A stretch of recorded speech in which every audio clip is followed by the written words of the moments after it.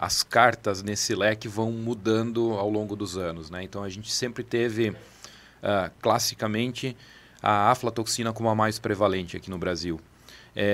Isso há uns 10 anos, 8 anos atrás mudou, a fumonizina passou a ser uma das mais prevalentes, continua tendo efeito imunossupressor também, mas o perfil de um adsorvente ou de um aditivo antimicotoxinas contra a aflatoxina e outro contra a fumonizina são diferentes. Então eu tenho um perfil diferente entre os produtos. Não necessariamente o mesmo produto vai atuar para as duas. E para agravar mais a situação, nos últimos 3, 4 anos a gente teve mais uma mudança nesse perfil, que a gente tem agora mais tricotecenos como sendo os mais prevalentes. Fumonizina já caiu um pouco a prevalência e a gente tem a entrada dos tricotecenos.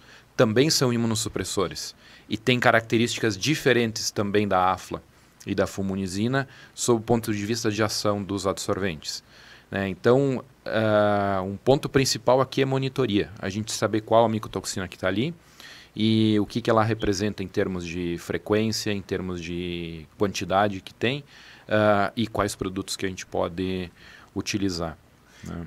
Então, a gente está sim sujeito a uma incidência importante aí de imunossupressão vinda de micotoxinas. Na visão de vocês, quais são os desafios que a gente deve enfrentar em termos de controle da imunossupressão em aves? O que vocês acreditam que possa vir que a gente ainda não percebeu ou que já está no radar, mas ainda não estamos preparados? Breno, começar contigo. Uma das coisas que nós já começamos a enfrentar, mas ainda estamos no começo, eu vejo, quer dizer, estamos com uma experiência, é a retirada de antibióticos, né? Estamos fazendo isso já há alguns anos e isso vai ser pressionado para que ocorra cada vez mais. Como é que os antibióticos se correlacionam com a imunossupressão? Eles são uma das ferramentas para combater aquelas infecções secundárias, né? Aquelas que que entraram por causa da imunossupressão.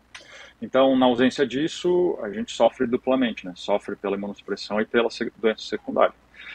Isso vai ser, como eu disse, uma pressão cada vez maior por causa de resistência a antimicrobianos. E, por outro lado, a necessidade de produzir sempre cada vez mais com estar cada vez maior. Então, a demanda, essa competição entre aumento de produtividade e aumento de bem-estar, às vezes pode ser conflitante, né? Então, a densidade animal é uma das situações em que uma coisa perde para a outra, né?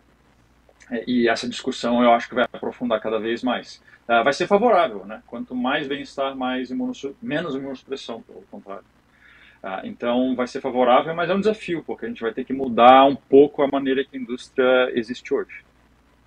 E você, Ricardo? Eu pego uma parte de uma fala que o Breno já comentou antes, de que a gente está hoje trabalhando já numa fase de ajuste fino da cadeia produtiva.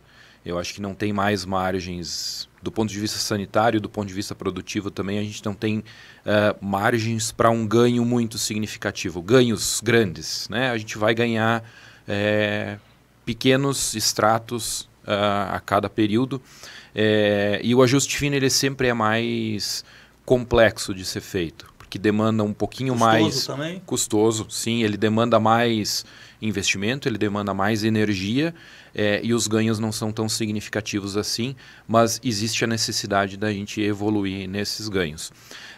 Concordo com o que o Breno comentou a respeito dos desafios aí para os próximos anos, e eu queria acrescentar aqui um outro ponto que a gente ainda não aprendeu totalmente a lidar, ou melhor, a otimizar. A gente já sabe lidar, mas a gente não aprendeu, não conseguiu otimizar ainda, que é o intervalo sanitário. O intervalo sanitário hoje representa um ponto de corte muito importante para o ciclo de produção do frango de corte, principalmente pelo fato da gente reutilizar a cama, né, que pode ser um fator de aumento de pressão de infecção, inclusive de agentes imunossupressores no nosso sistema de produção, e a gente depende de tempo para poder tratar essa cama, para poder fazer boa parte dos procedimentos durante esse intervalo. E esse tempo ele significa instalações ociosas, instalações paradas que poderiam estar produzindo mais carne, mais frango, né? E a gente tem vivido aí uma pressão bastante grande de custos, né? Custo de produção, de matéria-prima em geral, o intervalo é um deles.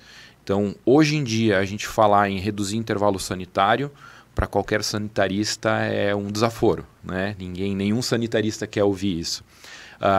E toda vez que um sanitarista fala em aumentar 1 ou 2 dias o intervalo, mata o gerente do coração, né? Porque ele está pensando lá que ele tem que conseguir mais granja para alojar a mesma quantidade de frango. Então a gente vai precisar trabalhar muito bem isso também nos próximos anos.